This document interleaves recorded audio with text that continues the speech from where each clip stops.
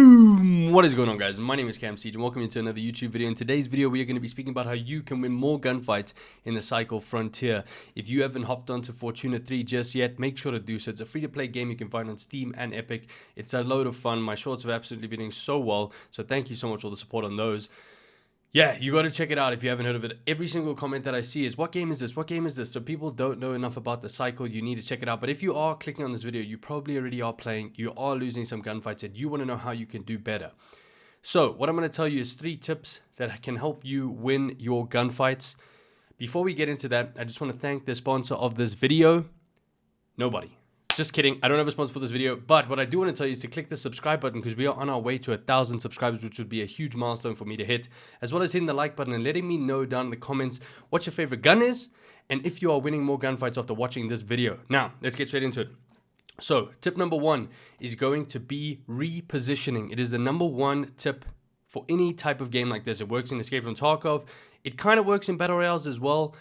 It's about getting the advantage in your gunfight, okay? That is the main thing you want to be doing. So if you feel that you are at a disadvantageous position, you do not want to take that fight. Instead of repeaking the same angle 6 times, rather rotate, move, take your time.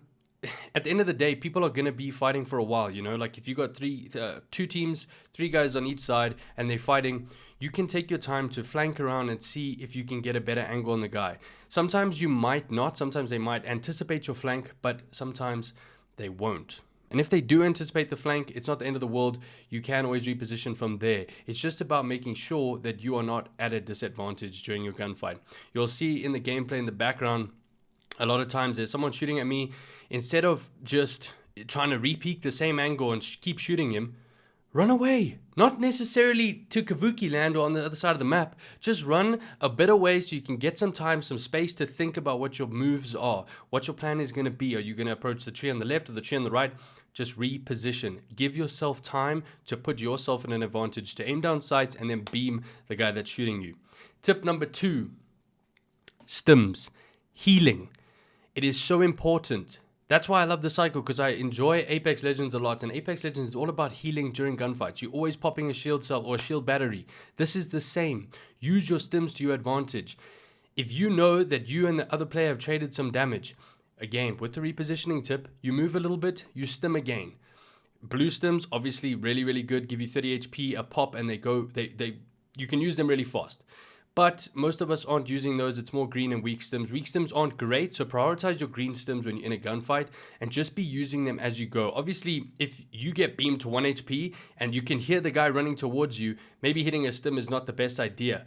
But if you're on your rotation and you can hit a stim quickly, or if you guys trade damage and you know he's not healing, he's trying to move, you quickly hit a stim and then you peek with an extra 25 HP, you're going to win that gunfight. So make sure you're using your stims in your gunfight. Damn it!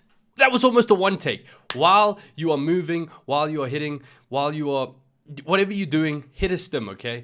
Not all the time, not if the guy is facing you directly, but just make sure you are using your stims to your advantage, okay? That is the second best tip I can give you. And the third best tip, the final tip you can use is audio.